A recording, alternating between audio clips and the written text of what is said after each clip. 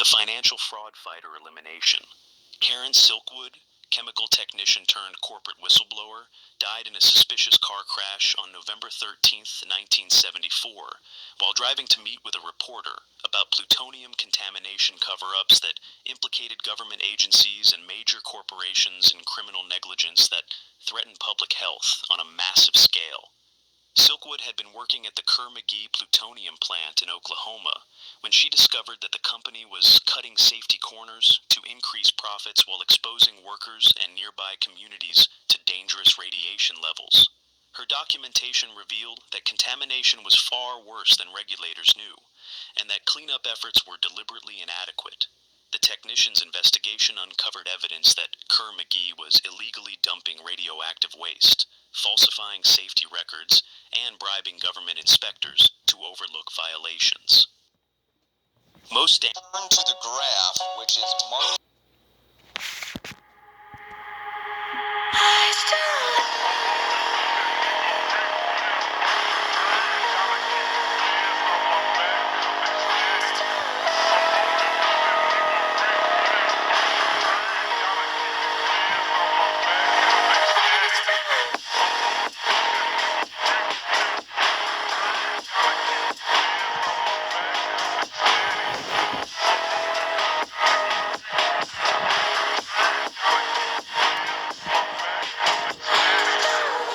Welcome back to another Shadow Room.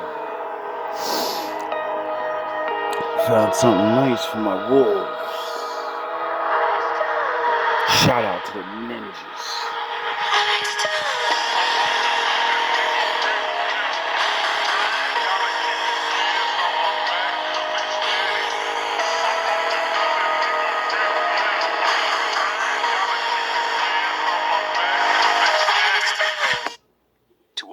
Violations. Most damaging was her proof that the Nuclear Regulatory Commission knew about these problems, but chose to protect industry profits rather than public safety. Silkwood had documented systematic safety violations that put thousands of people at risk of cancer and other radiation-related illnesses. Her evidence showed that companies and government agencies were willing to sacrifice public health to maintain profitable nuclear energy programs and weapons production. On the night of her death, Silkwood was carrying documents that would have proven criminal negligence by both corporate executives and government officials. These papers included internal memos acknowledging contamination risks, safety reports that had been falsified for regulatory submission, and evidence of payoffs to government inspectors. Her car was found crashed into a concrete culvert, but investigators discovered evidence that suggested she had been forced off the road by another vehicle. Paint scratches on her car were consistent with contact from a larger vehicle, and tire marks at the scene indicated that another car had been present during the incident. The documents Silkwood was carrying to the meeting were never found, despite extensive searches of the crash site and surrounding area. These papers contained the most damaging evidence against Kerr-McGee and could have resulted in criminal charges against company executives and government officials. You said that your people have been fighting for 400 years. And your peoples too. So I just want you to explain what you mean by that. You know what I'm talking about. Y'all all know what I'm talking about, man. Don't sit up here and try to bait. You said that your people have been fighting for 400 years. And your peoples too. So I just want you to explain what you mean by that. You know what I'm talking about. Y'all all know what I'm talking about, man. Don't sit up here and try to bait and not know what I'm talking about. Y'all know what the I talk about when I say these things. Your people too. Nuclear energy program, and were preparing to testify about industry price-fixing schemes that could have exposed corruption worth hundreds of billions of dollars. Barry Sherman had built Apotex into one of the world's largest generic drug manufacturers by consistently undercutting brand-name pharmaceutical prices by 80% to 90%.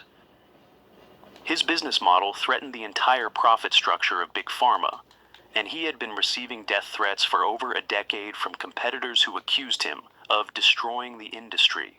3 weeks before his death, Sherman had provided evidence to Canadian health authorities about a massive price-fixing conspiracy involving major pharmaceutical corporations. His testimony detailed how brand-name companies coordinated with insurance providers and government agencies to artificially inflate drug prices while suppressing generic alternatives.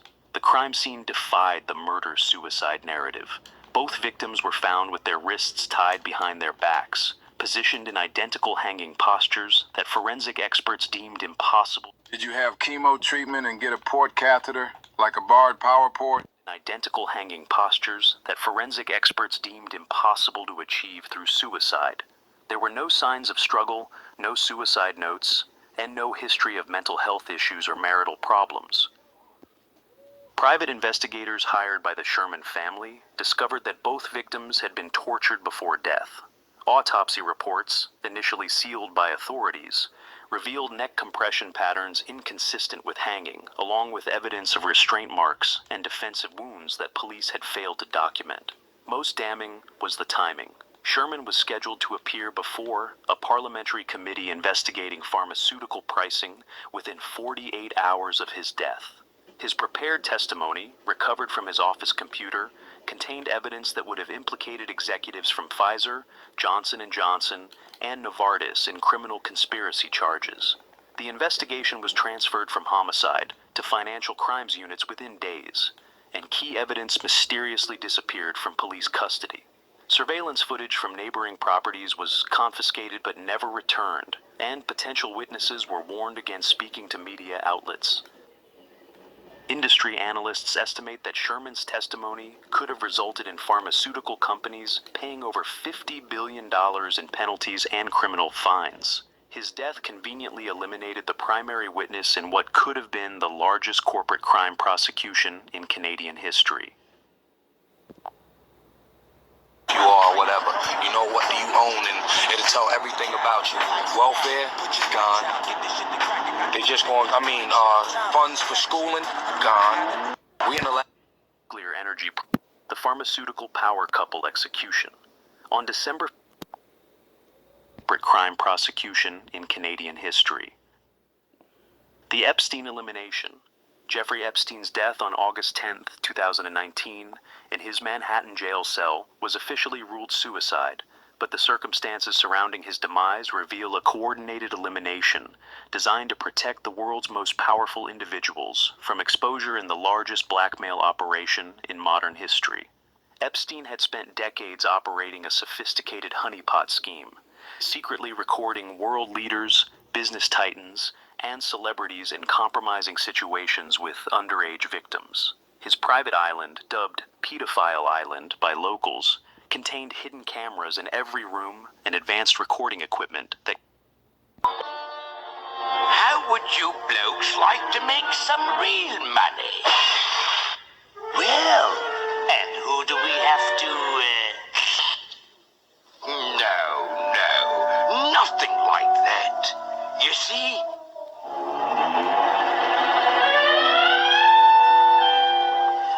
I'm collecting stupid little boys. Stupid little boys? You know, the disobedient ones what play hooky from school. Oh, and you see...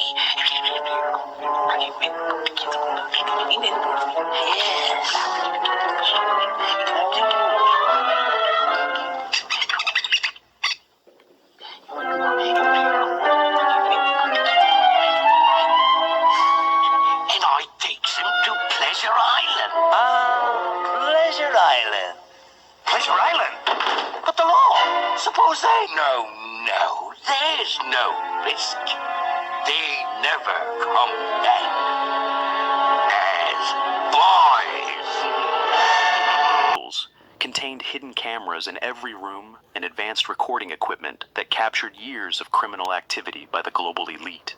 The financier's black book contained contact information for presidents, prime ministers, tech moguls, Hollywood executives, and members of royal families. Phone records released through court proceedings revealed regular communication with Bill Clinton, Donald Trump. What do you do for a living? The question I get asked. Bill Clinton, Donald Trump, Prince Andrew, Bill Gates, and dozens of other powerful figures who visited his properties. 2 weeks before his death, Epstein had begun cooperating with federal prosecutors, providing evidence about his client's activities in exchange for protective custody. His lawyers reported that he was optimistic about his legal prospects and was actively preparing his defense with information that would bring down half of Washington and Wall Street. The night of his death, every security protocol at the Metropolitan Correctional Center was mysteriously violated. Surveillance cameras malfunctioned. Guards fell asleep simultaneously. His cellmate was transferred hours earlier, and the suicide watch that had been in place was inexplicably lifted against standard procedures. Autopsy findings revealed injuries more consistent with homicidal strangulation than suicide by hanging. Multiple neck fractures, particularly the hyoid bone break, typically occur in cases of manual strangulation rather than hanging deaths. The position of ligature marks and blood spatter patterns contradicted the official suicide narrative. Within hours of Epstein's death, FBI agents raided his private island and Manhattan mansion, seizing computers, hard drives, and thousands of photographs that allegedly contained evidence of criminal activity by prominent individuals. This evidence has never been released, and multiple requests through Freedom of Information Act have been denied for national security reasons. The elimination of Epstein conveniently ended investigations that could have exposed criminal networks spanning governments, corporations, and intelligence agencies worldwide. His death protected individuals whose exposure would have fundamentally altered global power structures and potentially triggered the collapse of entire political establishments. You said that your people have been fighting for 400 years. And your We people's know- too. So I just want you to explain what you mean by that. Prince Andrew, Bill Gates, and dozens of other powerful figures who visited his properties. 2 weeks before his death, Epstein had begun cooperating with federal prosecutors, providing evidence about his client's activities in exchange for protective custody. His lawyers reported that he was optimistic about his called his dead man's switch, a massive data dump containing evidence of government surveillance programs and cryptocurrency manipulation schemes. McAfee had become increasingly paranoid about government surveillance after discovering that his antivirus software was being used by intelligence agencies to spy on users worldwide. He publicly accused the CIA and NSA of using commercial software companies as fronts for mass surveillance operations that violated constitutional protections. In the months before his death, McAfee had been developing a secure communication platform designed to circumvent government monitoring. His blockchain-based system would have allowed completely anonymous transactions and communications, potentially undermining centralized financial control systems that governments use to track and control populations. The cryptocurrency mogul had also uncovered evidence of massive market manipulation by central banks and government agencies working to suppress alternative currencies. Of self-inflicted death should be considered evidence of assassination. His final social media posts contained cryptic references to insurance files and warnings about powerful enemies who wanted him silenced. The pharmaceutical whistleblower termination. Dr. Brandy Vaughn, former pharmaceutical executive turned vaccine safety advocate, was found dead in her California home on December 8, 2020. You don't find that suspicious? You don't find that suspicious? Of government corruption, corporate surveillance partnerships, and financial manipulation schemes that would have exposed the hidden mechanisms controlling global monetary systems. Prison officials reported that McAfee was found hanging in his cell using torn bedsheets, but her presentations detailed how drug companies use fraudulent clinical trials, ghost-written research papers, and regulatory capture to push unsafe products to market. Most damaging to the industry were Vaughn's revelations about the CDC's Vaccine Adverse Event Reporting System, VARS, which she claimed captured less than 1% of actual vaccine injuries. Her analysis of internal pharmaceutical documents suggested that serious adverse events were 100 times more common than public health agencies acknowledged. In the months before her death, Vaughn reported escalating harassment, including break-ins to her home where nothing was stolen, but items were mysteriously moved, anonymous death threats, and surveillance vehicles parked outside her residence for hours at a time. She documented these incidents on social media as potential evidence if anything happened to her. Vaughn had specifically stated in multiple public forums that she was in excellent health, had no intention of harming herself, and that any sudden death should be investigated as potential homicide. She had even recorded videos to be released posthumously if she died under suspicious circumstances. The coroner's report listed natural causes as the cause of death, citing a rare cardiac episode despite Vaughn being only 47 years old with no history of heart problems. Family members were denied requests for independent autopsy, and toxicology results that might have revealed poisoning were classified as inconclusive.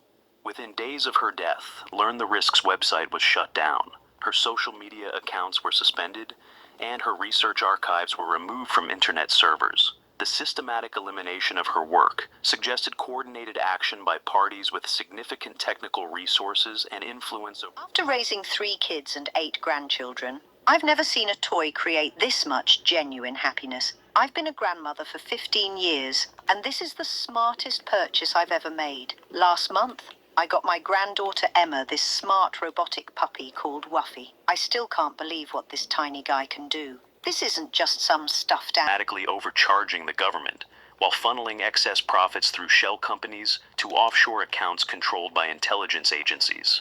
Most explosive was Wheeler's discovery that major banks including JP Morgan Chase, Bank of America, and Wells Fargo were facilitating these transactions by providing false documentation and failing to report suspicious activities as required by federal law. The scheme involved over $2 billion in misappropriated funds annually. Wheeler had compiled extensive documentation of the money laundering network, including bank records, contract documents, and email communications between executives coordinating the illegal activities. He was preparing to present this evidence to congressional investigators and federal prosecutors. In the days before his death, Wheeler exhibited signs of extreme paranoia, telling friends he was being followed and that his communications were being monitored. He was last seen on surveillance footage appearing confused and disoriented, behavior that family members insisted was completely out of character. The circumstances of Wheeler's death defied explanation. His body was discovered in a landfill, but there was no evidence of how he had traveled there or who had transported him. Autopsy results showed injuries consistent with assault, but police claimed they could find no evidence of foul play. Within weeks of Wheeler's death, the congressional investigation he was supporting was quietly terminated, and the federal prosecutors he was working with were reassigned to different cases. His research files were confiscated by federal agents and classified under national security orders that remain in effect today. The tech surveillance exposer, Aaron Swartz, internet activist and programming prodigy, was found dead in his Brooklyn apartment on January 11, 2013, just weeks before he was set to reveal how major technology companies were secretly collaborating with government agencies to conduct mass surveillance on American citizens. His research had uncovered the foundations of what would later be partially revealed through Edward Snowden's NSA leaks. Swartz had used his position as a fellow at Harvard's Edmund J. Safra Center for Ethics to investigate partnerships between tech companies and intelligence agencies. His work revealed that companies like Google, Facebook, Microsoft, and Apple were providing unprecedented access to user data without proper legal oversight or public disclosure. The young programmer had discovered that the government's surveillance capabilities far exceeded what Congress or the public understood. His analysis showed that intelligence agencies could access virtually any digital communication, financial transaction, or online activity in real time through secret agreements with technology corporations. Most damaging was Swartz's evidence that major tech companies were not just complying with government surveillance requests, but were actively designing their platforms to facilitate data collection and analysis by intelligence agencies. This represented a fundamental betrayal of user trust and constitutional privacy protections. Swartz was preparing to release millions of academic papers and government documents through his Guerrilla Open Access project, which would have included classified materials exposing the full scope of digital surveillance programs. His goal was to make information freely available that revealed how technology was being weaponized against democratic freedoms. Federal prosecutors had charged Swartz with multiple felonies carrying potential sentences of decades in prison for accessing academic databases to release research papers. However, colleagues believed the harsh prosecution was designed to pressure him into abandoning his surveillance research rather than seeking justice for data theft. The timing of Swartz's death was particularly suspicious, occurring just days after he had announced plans to reveal the biggest story in internet history. At an upcoming technology conference, his prepared presentation materials were seized by federal agents and have never been released to his family or legal representatives.